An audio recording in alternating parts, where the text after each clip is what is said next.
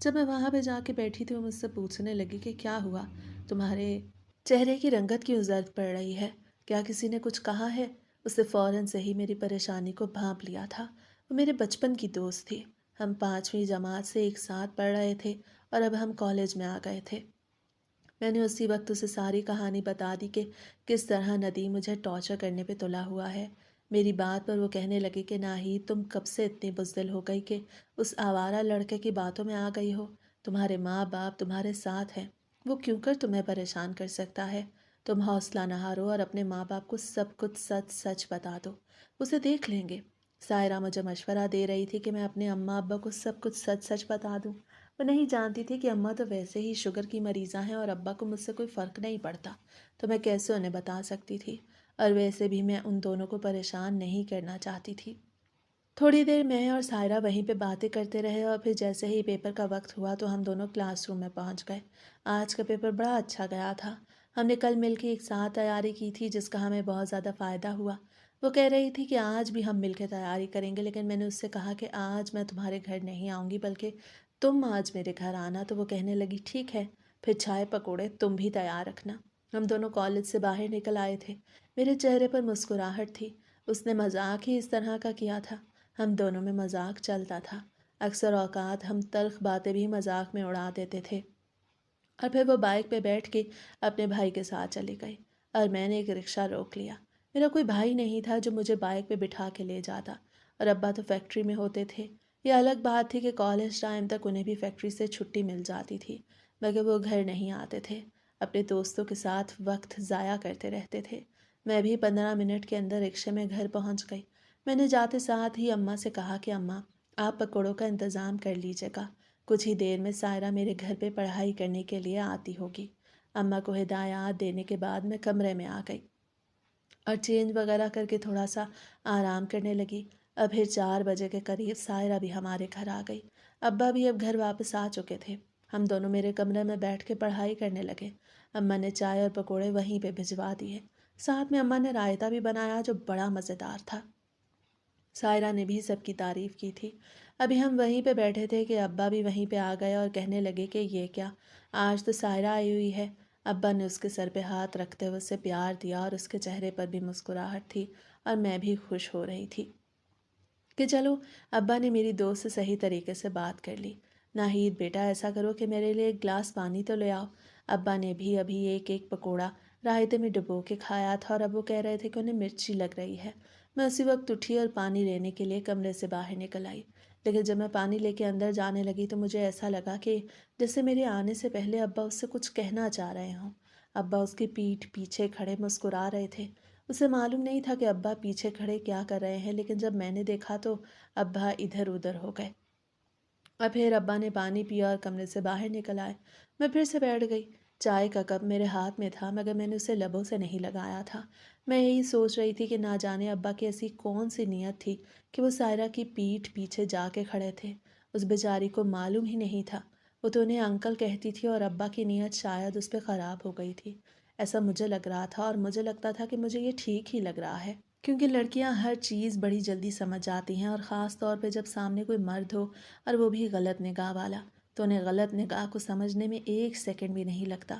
ہم نے پکوڑے کھانے کے بعد پڑھائی شروع کر دی، لیکن میرا پڑھائی میں دل نہیں لگ رہا تھا۔ بار بار میرا دماغ مجھے جھنجھوڑ رہا تھا کہ آخر میری زندگی کیسی ہے، میں کیسے لوگوں میں زندگی گزار رہی ہوں۔ لوگوں کے ماں باپ ان کے لیے فخر ہوتے ہیں، میری ماں میرے لیے فخر تھی، لیکن میرے بابا نہ جانے ایسے کیوں تھے۔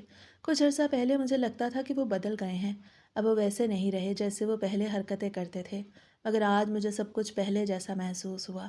وہ دن بھی مجھے آج تک نہیں بھولا جب میں 6ٹھی جماعت میں تھی۔ ایک دن اماں گھر پہ نہیں تھیں، محلے کی ایک آنٹی ہمارے گھر سے آٹا لینے کے لیے آئی تھی۔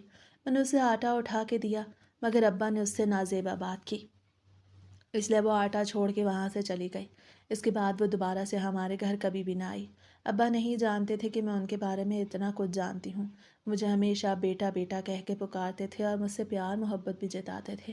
میرے پیار میں کبھی انہوں نے کوئی کمی نہیں کی، کیونکہ میں تو ان کی بیٹی تھی نا، مگر وہ دوسروں کی بیٹیوں کو عجیب نظر سے دیکھتے تھے جو مجھے اچھا نہیں لگتا تھا۔ میری ہمت جواب دینے لگی، دل چاہتا تھا کہ امی سے بات کروں، لیکن ان کی پریشانی کا خیال آتا تو میری بولتی بند ہو جاتی۔ وقت بڑی تیزی کے ساتھ گزرتا جا رہا تھا۔ پیپرز کے دوران ایک دو مرتبہ میں نے محلے کے کچھ مردوں کو باری باری اس بڑھیا کے گھر کے باہر دیکھا تھا جس کی ایک بندریا تھی۔ آج جب میں واپس آ رہی تھی تو وہ بڑھیا اپنے گھر پہ تالا لگا کے باہر نکل رہی تھی۔ اس بندریا کے گلے میں ایک رسی ڈالی ہوئی تھی۔ بندریا نے لڑکیوں جیسے کپڑے پہنے ہوئے تھے اور منہ پہ میک اپ بھی لگایا ہوا تھا۔ ایسا لگ رہا تھا جیسے وہ کوئی لڑکی ہو۔ سارے کام اسے لڑکیوں والے کیے ہوئے تھے۔ ایک منٹ کے لیے میرا دل چاہا کہ میں بھی بڑھیا کے پاس جا کے بندریا کو بڑے غور سے دیکھوں۔ میں اس کے قریب پہنچی تو وہ وہیں پہ رک گئی اور کہنے لگی، تم اکبر کی بیٹی ہو نا؟ جیسے ہی انہوں نے یہ کہا تو مجھے حیرت ہوئی کہ وہ مجھے کیسے جانتی ہیں۔ آج تک ہمارا کوئی آمنا سامنا نہیں ہوا تھا۔ ان کے کہنے پر میں نے اسبات میں سر ہلا دیا تو ان کے چہرے پر مسکراہٹ آ گئی۔ میں بندریا کو بڑے غور سے دیکھ رہی تھی۔ اس بات پر وہ کہنے لگی، کیا ہوا بیٹا، کیا دیکھ رہی ہو؟ انہوں نے بڑے پیار سے بات کی تھی۔ وہ اچھی خاتون لگی تھیں۔ میں نہیں جانتی تھی کہ وہ کن کاموں میں ملوث ہے۔ میں نے ان سے کہا، میں آپ کی بندریا کو دیکھ رہی ہوں، یہ کتنی اچھی لگ رہی ہے۔ آپ نے اس کے کپڑے کہاں سے منگوائے ہیں؟ مجھے حیرت ہو رہی تھی کہ اتنے چھوٹے چھوٹے اور اتنے خوبصورت کپڑے انہوں نے کہاں سے لیے ہوں گے۔ تو وہ کہنے لگی، بیٹا یہ بھی کوئی پوچھنے والی بات ہے؟ سارا بازار بھرا پڑا ہے بچوں والے کپڑوں سے۔ میں بس لڑکیوں والے فراک لے آتی ہوں اور آ کے اسے پہنا دیتی ہوں۔ سرخی پاؤڈر بھی میں نے ہی اسے کیا ہے، دیکھو کتنی اچھی لگ رہی ہے۔ وہ چہک چہک کے اپنی اس بندریا کے بارے میں بتانے لگی تھی۔ بندریا نے پاؤں میں پائل بھی پہنی ہوئی تھی، غرض کہ وہ ہر لحاظ سے مکمل تیار تھی۔ میں نے اس بوڑھی خاتون سے پوچھا کہ آپ کہاں جا رہی ہیں؟ تو وہ کہنے لگی کہ میں بازار جا رہی ہوں اور میں ہمیشہ اسے ساتھ ہی لے جاتی ہوں۔ وہ خاتون اور اس کی بندریاں بڑی ہی پراسرار لگ رہی تھی۔ وہ بوڑھی خاتون بہت پہلے سے یہاں پہ رہ رہی تھی، مگر آج تک میری کبھی ان سے ملاقات نہیں ہوئی تھی، اور آج سڑک پر میری ان سے ملاقات ہو گئی تھی۔ دو چار باتیں کرنے کے بعد وہ آگے بڑھ گئی تھی اور میں نے بھی گھر کی راہ لی تھی۔ وقت بڑی تیزی کے ساتھ گزرتا جا رہا تھا اور آخرکار میرے پیپرز مکمل ہو گئے۔ دوبارہ ندیم مجھے دکھائی نہیں دیا، نہ ہی اس نے چچی کو میرے گھر بھیجا۔ لیکن جب میں اپنا آخری پیپر دے کے گھر آئی تو چچی وہاں پر پہلے سے موجود تھی۔ ندیم وہاں پہ موجود نہیں تھا۔ چچی اکیلی ہی آئی تھی۔ مجھے دیکھ کے کہنے لگی کہ ناہید بیٹا، میں تمہارا ہی انتظار کر رہی تھی۔ ان کے ساتھ چارپائی پہ کچھ تھیلے بھی پڑے تھے جو اٹھا کے انہوں نے میرے حوالے کیا اور کہنے لگی کہ یہ تمہارے چچا نے اپنے ایک دوست سے کچھ سامان منگوایا تھا۔ میں تو بوڑھی ہو گئی ہوں، یہ سب میرے کام کا نہیں، تو میں تمہارے لیے لے آئی ہوں۔ جیسے ہی انہوں نے یہ کہا تو مجھ پہ بجلی کوندی کہ یہ سارا وہی سامان ہوگا جو ندیم نے اپنے ایک دوست سے لاہور سے منگوایا تھا، اور وہ بھی میرے لیے۔ میں اس کا دیا ہوا سامان نہیں لینا چاہتی تھی، لیکن چچی نے بات اس طرح کی کہ میں واپس نہیں کر پائی تھی۔ اماں چچی کے لیے چائے بنانے کے لیے گئی ہوئی تھیں۔ چچی اکیلی بیٹھی تھیں تو مجھے ان کے پاس ہی بیٹھنا پڑا۔ مجھ سے پڑھائی کے بارے میں پوچھ رہی تھیں۔ وہ بڑی مہربان بن رہی تھیں، حالانکہ آج تک مجھے وہ وقت نہیں بھولا جب انہوں نے اماں کو یہ کہہ کے طنز کیا تھا کہ تمہاری بیٹی ہے اور میرا بیٹا، تم تو بڑھاپے میں بھی کام کرتی رہو گی، کیونکہ تمہاری بیٹی تو بیاہ کے چلی جائے گی اور تم اکیلی رہ جاؤ گی۔ اس دن مجھے بہت برا لگا تھا۔ اماں کی آنکھوں سے بھی آنسو نکل آئے تھے اور اماں نے اتنا ہی کہا تھا کہ اللہ میری بیٹی کے نصیب اچھے کرے اور آپ کے بیٹے کو بھی راہ راست پہ لائے۔ اب اماں بھی وہیں پہ آ کے بیٹھ گئی تھیں۔ ہم سب باتیں کرنے لگے تھے۔ چچی نے اس طرح کی کوئی بات نہیں کی تھی جو مجھے ناگوار گزرتی، لیکن مجھے حیرت تھی کہ وہ ابھی تک اس طرح کی بات کیوں نہیں کر رہی، اور پھر وہ بنا بات کیے ہمارے گھر سے چلی گئیں تو میں اور بھی زیادہ حیران ہو گئی کہ یہ کیا ماجرا ہے، اور پھر میں اپنے کمرے میں چلی گئی۔ اسی دوران ابا بھی وہیں پہ آ گئے۔ میں تو اپنے کمرے میں آ گئی تھی اور ابا اماں نہ جانے باہر بیٹھے کیا گفتگو کر رہے تھے۔ جب ابا کی آواز میرے کانوں میں پڑی تو میرے رونگٹے کھڑے ہو گئے۔ وہ کہہ رہے تھے کہ اگر تم نے میرے بھتیجے کو ناہید کا رشتہ نہ دیا تو میں سے وہ سب کچھ سچ سچ بتا دوں گا جو آج تک چھپا رکھا ہے۔ پھر مجھ سے نہ کہنا کہ تمہاری بیٹی کے دماغ پہ اثر ہوا ہے۔ ابا کی بات مجھے کچھ سمجھ نہیں آئی تھی، مگر سنائی ضرور دی تھی۔ میں اسی وقت کمرے سے باہر نکل آئی تو اماں مجھے دیکھ کے گھبرا گئیں اور کہنے لگیں کہ تم اندر جاؤ، میں بات کر رہی ہوں نا۔ ابا کو نہ جانے کس نے بتا دیا تھا کہ ندیم رشتہ بھجوانا چاہ رہا ہے۔ شاید چچا چچی میں سے کسی نے بتایا تھا، اور اب وہ کہہ رہے تھے کہ اگر میرا رشتہ ندیم سے نہ ہوا تو وہ مجھے کوئی راز بتا دیں گے۔ نہ جانے انہیں مجھ سے کیا بات چھپائی تھی۔ آج تک اماں نے مجھ سے کوئی بات نہیں چھپائی تھی، مگر آج مجھے لگ رہا تھا کہ اماں نے مجھ سے ضرور کوئی بات چھپائی ہے جو ابا کو معلوم تھی۔ تھوڑی دیر بعد ابا اماں کو ایک دو تھپڑ لگانے کے بعد گھر سے چلے گئے تھے، اور میں اماں کے گھٹنے پکڑ کے بیٹھی ان کی منت کر رہی تھی کہ مجھے سب کچھ سچ سچ بتا دیں۔ آخر ابا کیا کہہ کے گئے ہیں؟ میں کیا نہیں جانتی جو آپ دونوں جانتے ہیں اور مجھ سے چھپا رہے ہیں؟ مگر اماں نہیں بتا رہی تھیں، اور آخر کار مجھے ہی خاموشی اختیار کرنی پڑی، کیونکہ اماں تو ایک ہی ضد پہ اڑ گئی تھیں اور کہہ رہی تھیں کہ اس سے تمہارا کوئی لینا دینا نہیں۔ اگلے دن جب میں بریانی دینے کے لیے سائرہ کے گھر جا رہی تھی تو ندیم مجھے راستے میں مل گیا اور پوچھنے لگا کہ تحفے کیسے لگے تمہیں؟ میں نے امی سے کہا تھا کہ ابھی رشتے والی بات تو نہیں کرنی، پہلے میں تمہیں راضی کروں گا، اس کے بعد ہی وہ چچا چچی سے رشتے والی بات کریں گے۔ ندیم کے منہ سے یہ باتیں سن کے میرا پارا ہائی ہو گیا۔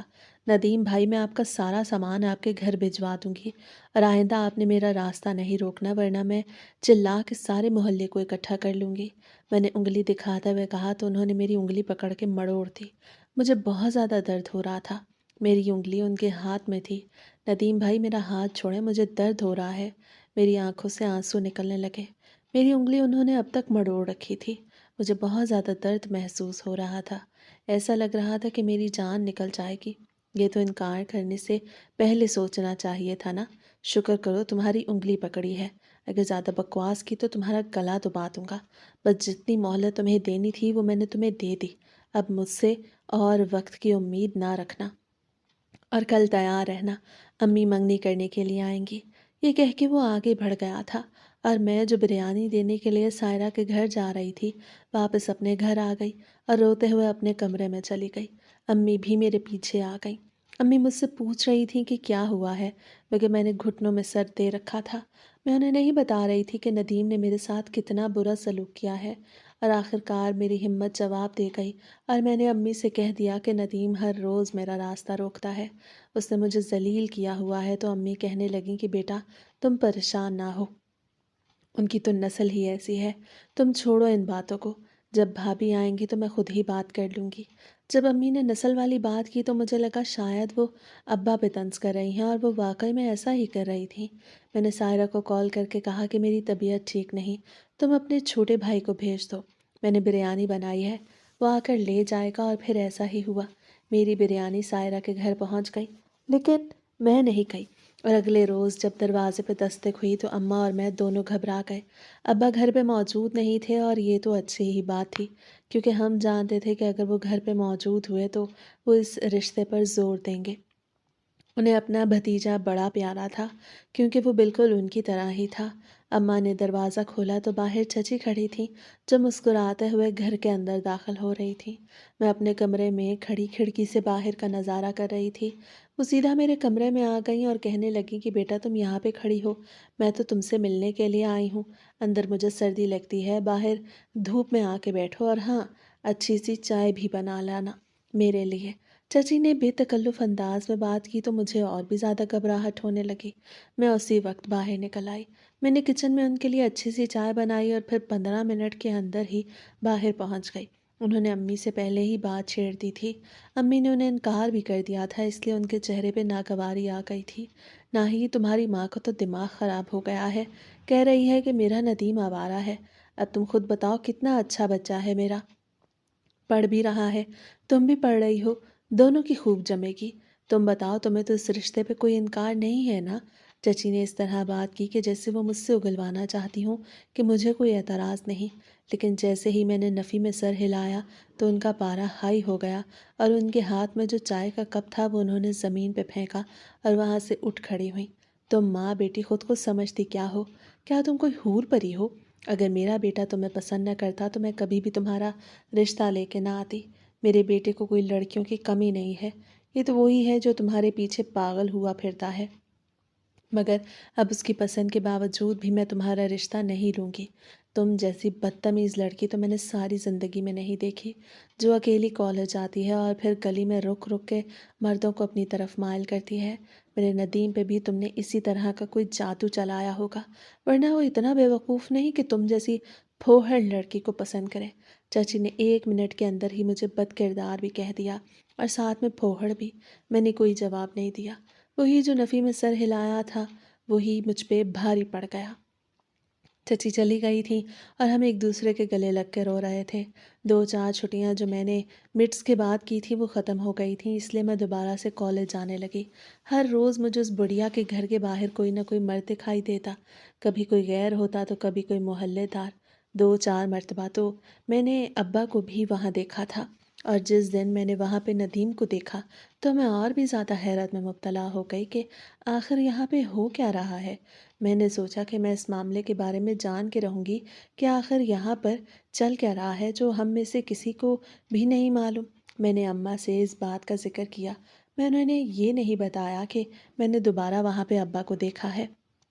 میں نے بس ان سے یہ کہا تھا کہ بڑھیا کے گھر کے باہر لوگ کیوں موجود ہوتے ہیں، تو وہ کہنے لگی پتہ نہیں بیٹا، مجھے خود کو بھی نہیں معلوم، 1-2 مرتبہ تو میں نے بھی دیکھا ہے لیکن کچھ پتہ نہیں۔ اماں نے بھی لا علمی کا اظہار کیا۔ اب تو میرے اندر تجسس اور بھی بڑھ گیا تھا۔ میں اپنے باپ کو اس دروازے کے باہر دیکھ چکی تھی جس گھر کے اندر ایک بڑھیا اور ایک بندریا رہتی تھی۔ یہ الگ بات تھی کہ بڑھیا نے بندریا کو ہمیشہ لڑکی کی طرح تیار رکھا ہوتا تھا۔ میں نے سائرہ سے اس بات کا ذکر کیا تو وہ کہنے لگی کہ 1-2 مرتبہ تو میں نے بھی دیکھا ہے، مگر مجھے معلوم نہیں کہ اندر کیا ہوتا ہے۔ ہمیں اس معاملے کی تہہ تک جانا ہوگا۔ ہم دونوں آپس میں بات کر رہے تھے۔ کالج میں ہی ہم نے یہ فیصلہ کر لیا کہ میں وہاں پہ لڑکا بن کے جاؤں گی اور دیکھوں گی کہ آخر وہاں پہ کیا ہوتا ہے، کیونکہ ہمیشہ اس دروازے کے باہر مرد ہی کھڑے ہوتے تھے، کبھی کوئی عورت یا لڑکی وہاں پہ موجود نہیں ہوتی تھی، اور محلے کی بھی کوئی عورت نہیں جانتی تھی کہ وہ بڑھیا کیا کرتی ہے، کہاں سے اپنا گھر چلا رہی ہے۔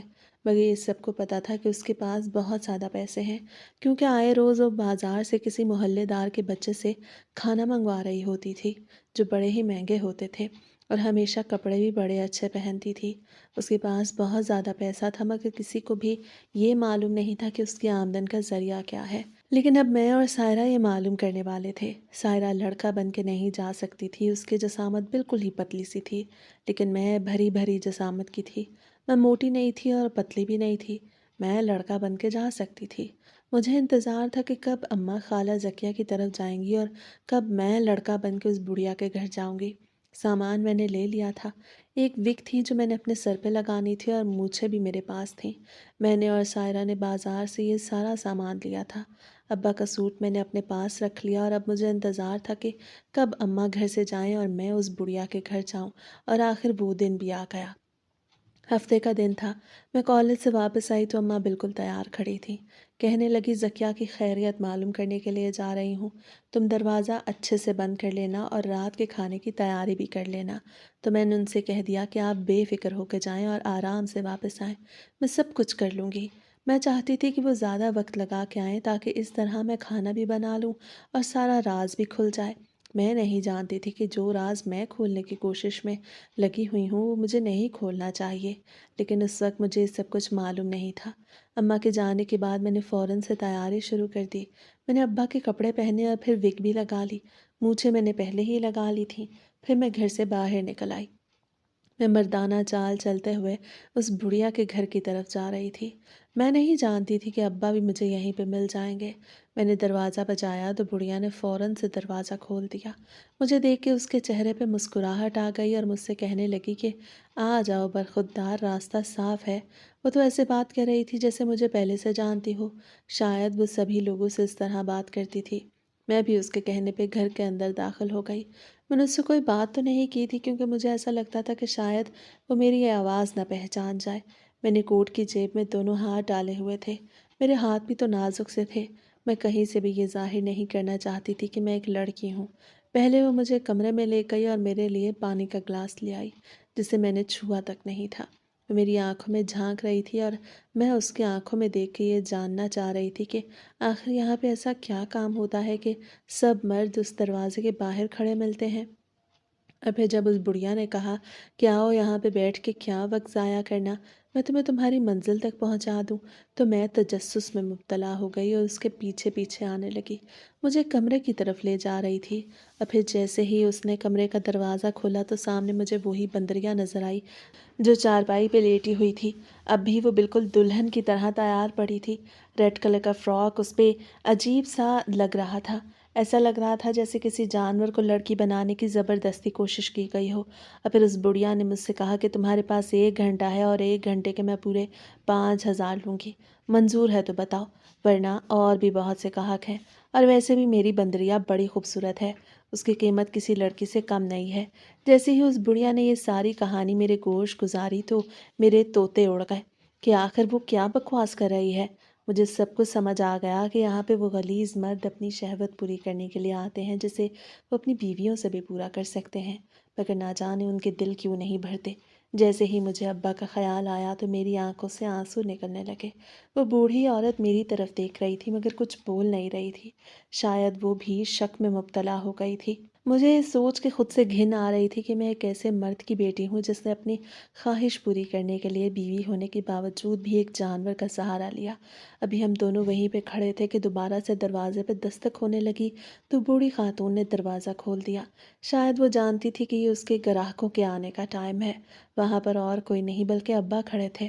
میں کمرے کے اندر تھی۔ انہوں نے مجھے دیکھا نہیں تھا، وہ اندر آ گئے۔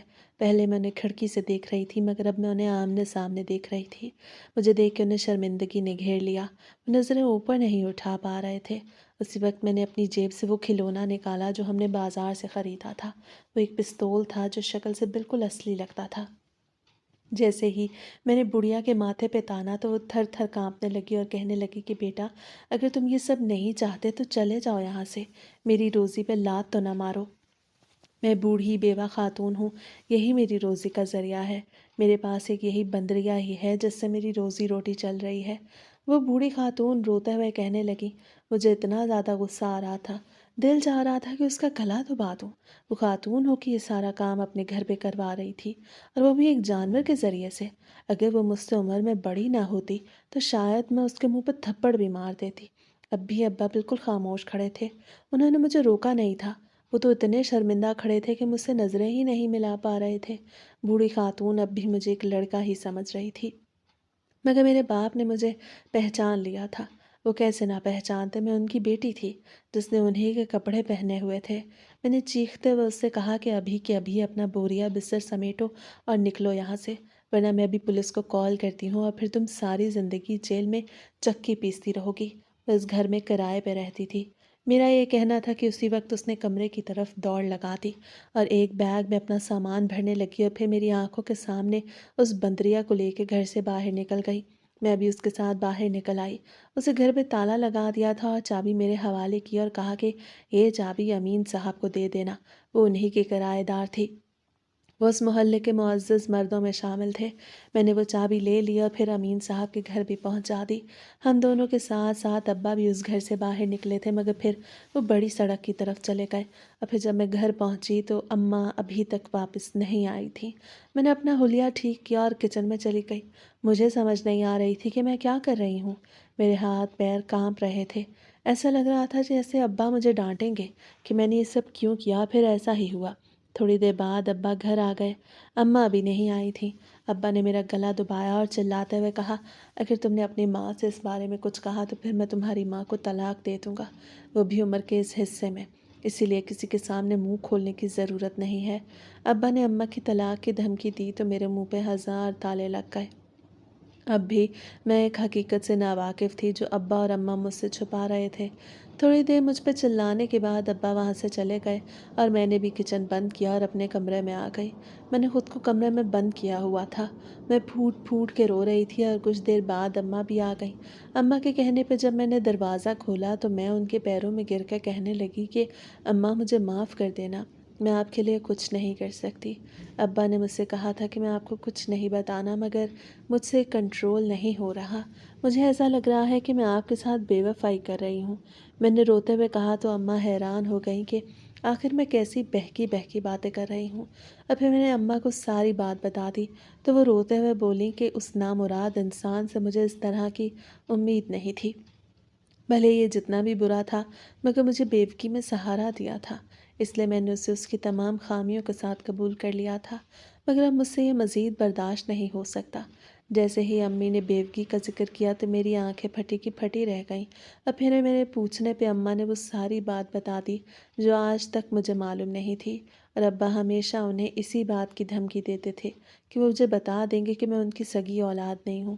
اس لیے اماں ہمیشہ ان کی ہر بات مانتی آئی تھیں، اور اسی لیے 2-4 دنوں سے مجھے کہہ رہی تھی کہ ندیم کے بارے میں سوچو، کیونکہ ابا نے انہیں دھمکی دی تھی کہ اگر انہوں نے میری شادی ندیم سے نہ کرائی تو وہ یہ حقیقت مجھ پہ عیاں کر دیں گے کہ میں ان کی سگی اولاد نہیں۔ اماں نے مجھے بتایا کہ جب میں 2 سال کی تھی تو اس وقت میرے باپ کو دل کا دورہ ہوا اور وہ اس دنیا سے چلے گئے۔ میرا ننیال تو کوئی تھا نہیں، اس لیے اماں نے عدت کے فوراً بعد اپنے ایک دوسرے محلے دار سے شادی کر لی، اور وہ ابا ہی تھے، اور اماں نے ان سے وعدہ لیا کہ مجھے کبھی بھی یہ نہیں بتائیں گے، اور انہوں نے اس وعدے کو پورا بھی کیا تھا۔ یہ الگ بات تھی کہ ہمیشہ امی کو دھمکیاں دیتے رہتے۔ اب ساری کہانی میرے سامنے آ گئی اور مجھے پتہ لگ گیا کہ میں ٹھیک ہی سوچتی تھی کہ میرا باپ ایسا نہیں ہو سکتا، اور آج یہ حقیقت کھل گئی۔ یہ آواز میرے اندر ہمیشہ سے تھی۔ جب میں ابا کو الٹی سیدھی حرکتیں کرتا ہوا دیکھتی تو مجھے نہیں لگتا تھا کہ وہ میرے باپ ہیں۔ اماں اور میں رو رہے تھے، اماں کو یہ سب معلوم ہو گیا اور مجھے بھی، مگر ہم دونوں کچھ نہیں کر سکتے تھے۔ ابھی ہم وہیں پہ کھڑے تھے، ایک محلے دار دوڑ کے آیا اور کہنے لگا کہ اکبر کا ایکسیڈنٹ ہو گیا ہے اور اسے محلے دار ایمبولینس میں ہسپتال لے کے گئے ہیں۔ اسی وقت اماں اور میں نے چادر پہنی اور رکشے میں ہسپتال پہنچ گئے، مگر ہمارے جانے سے پہلے ہی ابا دم توڑ چکے تھے۔ ان کا بہت برا ایکسیڈنٹ ہوا تھا، اور پھر ابا کی آخری رسومات ادا کر دی گئی تھیں۔ وہ چلے گئے تھے۔ وہ جیسے بھی تھے، میں نے ہمیشہ انہیں اپنا باپ مانا تھا۔ ان کے جانے کے بعد مجھے بڑا دکھ ہوا، لیکن جیسے ہی میں ان کی حرکتوں کے بارے میں سوچتی تو میرا دکھ غصے میں بدل جاتا۔ اب وہ ہماری زندگی سے چلے گئے۔ ہماری زندگی پہلے سے تھوڑی آسان ہو گئی۔ شروع میں مجھے ان کی بڑی یاد آتی، کیونکہ ان کی موت سے کچھ وقت پہلے ہی تو مجھے پتہ چلا تھا کہ وہ میرے بابا نہیں ہیں۔ اماں دوبارہ سے بیوہ ہو گئی اور میں ایک مرتبہ پھر سے یتیم ہو گئی، مگر اب ہم بے گھر نہیں تھے، کیونکہ میرے سگے باپ کا گھر کرائے کا تھا۔ وہاں پر اماں نہیں رہ سکتی تھیں، اس لیے اماں نے دوسری شادی کی تھی، مگر یہ گھر ہمارا اپنا تھا اور ہم یہاں پہ ساری زندگی عزت کے ساتھ گزار سکتے تھے۔